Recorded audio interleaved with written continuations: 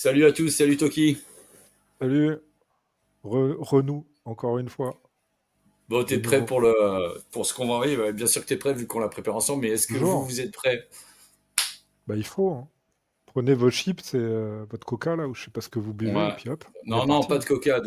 Faut boire sain, faut faire du sport, il faut pas Eh, boire de trucs trop sucrés. pas de sponsor. Voilà, on a Ouais, dit pas de pas de sponsor sur la marque. chaîne. Pas de marque, pas de marque. C'est ça. Très grosse émission, alors pas par sa longueur, parce que voilà, on va pas vous prendre toute la soirée. Mais là, voilà, on a enfin trouvé, on va vous expliquer pourquoi, l'explication au pied mou. Donc, on appelle ça rubber feet, soft boot, comme on veut, qui est notre, comment dire, notre fleuron de l'industrie française pour la fabrication mètre de l'univers. On a enfin trouvé l'explication. Alors, on vous présentera prochainement la vidéo complète de l'interview qu'on a fait du monsieur que vous allez voir. Et ce monsieur, c'est lui qui est à l'initiative à l'œuvre de cette spécificité. Et enfin, on va comprendre pourquoi. Alors moi, j'ai mis des années parce que donc on sait que les rubber fit, moi j'avais appelé ça comme ça, donc soft boot, pied mou, comme vous voulez, ça arrive en toute fin de gamme, 86-87, et c'est vraiment la fin de production. Donc on avait vraiment du mal à comprendre, mais pourquoi en toute fin de gamme, tu réinventes une technologie, tu investis. Alors bien sûr, à l'époque, ils ne savaient pas que c'était la fin, mais c'est quand même tellement révolutionnaire qu'on se posait des questions. Donc, Ouais. pour commencer, on va analyser un petit peu cette particularité. Donc là, vous avez mis des petits visuels sur la présentation. On voit à droite que le pied, vous le savez, le pied mou est plus gros que le pied régulier. Donc c'est ce que vous avez sur la droite. Donc on a pris le triclops. Et alors on aime bien bricoler. Hein. Donc sur la gauche, vous avez la coupe d'un pied rubber fit. Voilà à quoi ça ressemble euh, avant qu'il ne soit donc moulé en une seule pièce de ces deux plastiques différents. Alors, pour aller au bout des choses, voici les personnages donc, qui sont concernés par cette variante. Donc on a Musclor et Musclor l'invincible, ça vous connaissez. Également le maître d'armes. On a Triclops, Jitsu, alors Jitsu encore plus rare, on verra pourquoi après. Fisto et Musclor super tonnerre. Donc, sauf erreur de notre part, voilà, ce sont donc les 7 figurines qui ont bénéficié de ce traitement. On a à notre connaissance pas la même chose chez ceux qui ont les pieds de Skeletor. La raison, pour le moment, on ne le sait pas, mais voilà, c'est en tout cas un fait. Particularité, donc là on voit un gros plan de tous ces pieds.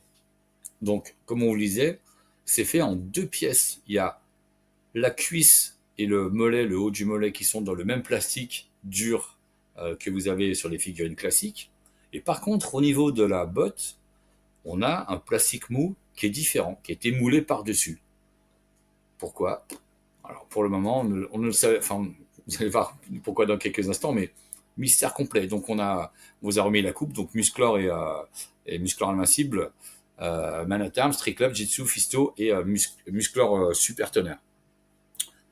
Également, cette spécificité va jusqu'au niveau d'élastique. C'est-à-dire que si on regarde sur l'écran, l'élastique de jonction des jambes est toujours systématiquement de la même couleur que les bottes.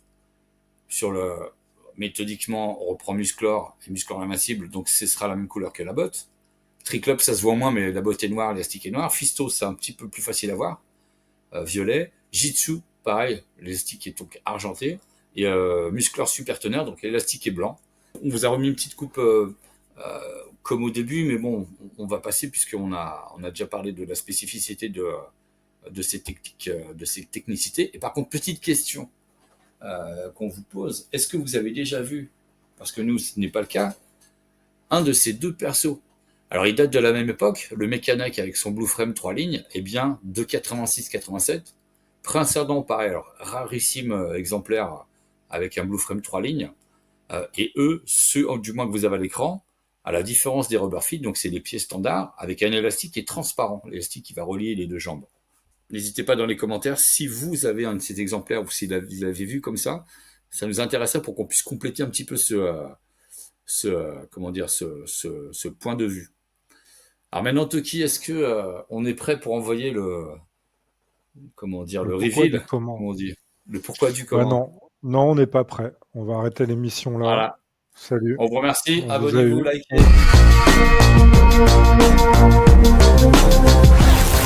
Ouais, vous avez cru qu'on avait la réponse, mais vous savez, ça va pas. On n'a rien du tout. Et on devient On est des de plus en plus comique. Alors, Voilà. là, on va vous présenter quelqu'un, en fait, qu'on va pas vous présenter, mais on vous expliquera plus tard. C'est la personne que vous allez voir, c'est la personne donc, qui a été en charge donc, de la mise en place de beaucoup de choses sur la production française donc, dans les années 80-90. Et lui a pu enfin répondre à notre question. Donc, pourquoi cette spécificité? Alors, on s'est challengé avec Toki, on s'est brainstormé. Moi, j'ai longtemps pensé que le pied étant plus mou, il serait plus stable. Ah, le pied étant plus gros, il serait plus stable. Pas du tout. Ouais. Donc, allez, on vous envoie ça. Et pour le musclor, je me souviens, c'est Bernard Guillen, mon collaborateur, qui a fait fabriquer un moule. Au lieu de peindre, on surmoulait. Ouais. Donc ça faisait 2 couleurs de moulage. Ah, alors attendez, parce que là, vous me parlez d'un truc. Nous, on a une énigme. Alors, je suis pas mon fil, hein, je m'excuse, je reviendrai après, mais c'est au niveau des pieds? Oui. Non. Alors ça, vous savez que c'est des variantes. Alors, enfin, je vous jure, ça fait mais peut-être 15 ans que je me pose la question. J'ai effectivement des figurines. Le pied, il est en 2 parties. 2 parties, oui. Mais personne sait d'où ça vient et personne sait C'est nous pourquoi. qui l'avons créé. Alors là, alléluia, C'est émotion. nous qui l'avons créé. Et c'était Bernard Guillet qui suivait les outillages. C'était fabriqué dans les usines Vial aussi ou pas? Non, il y a un confrère. Oui. Parce que, alors, Qui faisait, puisqu'ils avaient une presse Mir, oui, Mir, une presse italienne, un plateau tournant. ok. Ce qui permettait de poser une pièce là, et puis d'injecter l'autre là-bas. Ça permettait en une seule fois, on moulait, on fabriquait. Mais pourquoi avoir fait donc la pièce en 2 parties? Ça évitait la peinture. Ah, ok, tout simplement. C'est pour éviter la peinture. Maintenant, C'était beaucoup plus propre, parce que bien sûr. Ouais. Voilà, vous savez tout. Donc, en France, on cherchait toujours à améliorer les choses. Et en fin de gamme, alors bon, c'était pas la fin pour eux, mais ils étaient encore en train de trouver des solutions pour perfectionner, c'est-à-dire éviter. Vous connaissez les figurines françaises avec ce pied qui est pas toujours peint à la bonne hauteur au niveau de la botte. C'est quelque chose qui les travaillait au point qu'ils ont poussé le vice à trouver une solution, c'est-à-dire qu'ils ont, grâce à la technologie qu'on avait à l'époque, donc ce monsieur qu'on vous présentera, on a l'interview, mais on attend le bon moment pour vous la diffuser, a fait donc faire ce moule pour éviter l'étape de la peinture, que ce soit plus propre. Plus propre et plus rapide à la Et plus fabrication. Là, rapide, bien c'était en sûr. instantané. Il explique C'est que ça. c'était une fusion instantanée des 2 pièces. Alors que quand une pièce sort d'un moule, il faut attendre qu'elle sèche déjà de base. Et ensuite, il faut la tremper au bon niveau. Et c'est pour ça qu'on n'avait jamais le bon niveau en France, c'est qu'on savait faire plein de choses, mais il y a des petites étapes comme ça qu'on maîtrisait pas. Comme Exact. visiblement le faciès, le masquage des têtes des figurines. Ça, c'est pareil, vous le verrez plus tard, mais visiblement, on avait beaucoup de mal avec des petits détails comme ça. Et là, ça permettait tout de suite d'avoir la ligne au bon endroit, de gagner du temps. Et au niveau de la production, gagner du temps, surtout à ce moment-là, c'était précieux. Exactement. Donc, on vous en dit pas plus. Voilà, c'était juste pour vous, comment dire, vous appâter un petit peu, vous hyper. Posez-nous des questions d'ailleurs dans les commentaires. Il y a peut-être des choses qui vous interrogent sur la gamme. Des choses. Alors, on est Oui, loin de savoir tout, mais peut-être qu'il y a des sujets qu'on n'a pas encore envisagés et qu'on pourrait traiter parce que bon, on a pas mal de choses dans les tiroirs, comme on dit. Donc, on va ouais. tourner les choses les unes après les autres à un rythme plus ou moins élevé en fonction de nos disponibilités, mais voilà, on essaie quand même d'être productif.